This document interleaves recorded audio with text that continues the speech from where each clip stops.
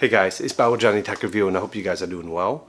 Recently, about a month ago, a company called NYXI reached out to me and they were asking me if I was interested in trying out one of their Joy-Con controllers for the Nintendo Switch. So in my house we have a Nintendo Switch. I don't play it as much, but my kid definitely play it a lot, and we have it for about 6-7 years now, however long it has been since launch. It's been a while, I think.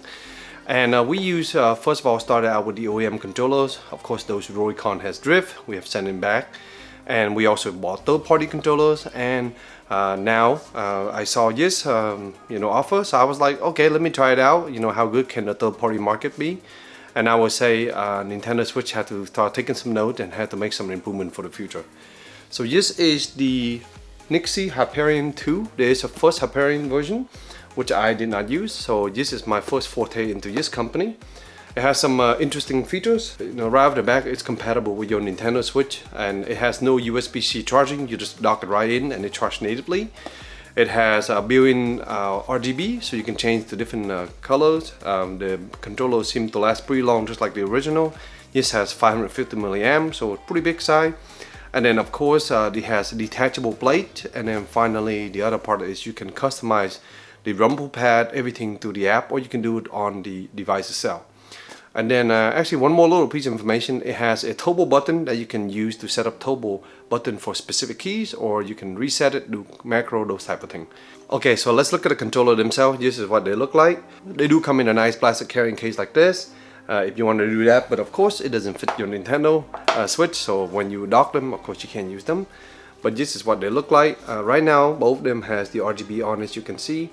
The setup is very similar to a regular Joy-Con. You have your, of course, joystick here. You have your home button, capture, and then the turbo button is the additional button that's right here. And then in the back you have an additional button, macro button here, and then the trigger up top, and then you have the lighting button here that you can change different lighting color. So let me go ahead and demonstrate that. So here I'm going to press that button, and it's pretty easy to press when you have it on. You can see here, this is just white. Here is the breathing white, and you can change this in the app for different color if you want. And here's off, and then go right back on just the general RGB kind of fading breathing pattern. There is a nice detachable plate. They sell other plate, but this is it. It's magnetic and it clap on really easy, just like this. And of course, finally, I almost forgot, the Joy-Con themselves, the joystick themselves are Hall effect, so therefore no more drift stick issues. Alright, so here we are. This is what they look like on the device, as you can see. Really nice, and what I like about this is the ergonomic. Compared to the original, this is quite thick, has a really nice hand grip. My kid also loved that. It feels very comfortable and balanced. I'm gonna let you hear the clicky. Let me click it. The buttons themselves are well laid out. I like the fact that the Joy-Con has a nice little texture to it, and yeah, it works really well, and there's no issues here. In terms of communication, I didn't have to do anything special, just dock it in just like any of the other third parties. So here's the original one, and here is the NYXI. Here's another third party one that I bought. This one feels a little bit cheap, really light, and this one actually has a USB-C charging. Where is it? At the bottom here. Yep. It works fine also, has some soft edge. So no issues with that one, but this one has a much more premium feel on this device. So let's talk a little bit about usage. My kid roughly used most of this. I play around with it, but really it's on him. I gave a lot of feedback from him, and he basically say this is like the best controller he ever used, and that's also talking about all the other one he used. No Joy-Con drift, any of those issues. He liked the RGBs, and he liked the clicky feel. This button feel really nice. And then of course the additional turbo button, which you use in some game. The way that's set up is normally you just hold out a turbo button, you press one of these keys, and that enable the turbo button for that key. And if you want to reset it, you just kind of have to hold the turbo button down for a few seconds, I think 1 second or something like that. The user menu, even though it's very short in different language. Hey guys, so another thing that was surprising to me was that you are able to connect the controller to an app on your phone. I'm using an iPhone here. But here you can see the app is called Key Linker. In the user menu, there's a QR code that you can scan to download this app.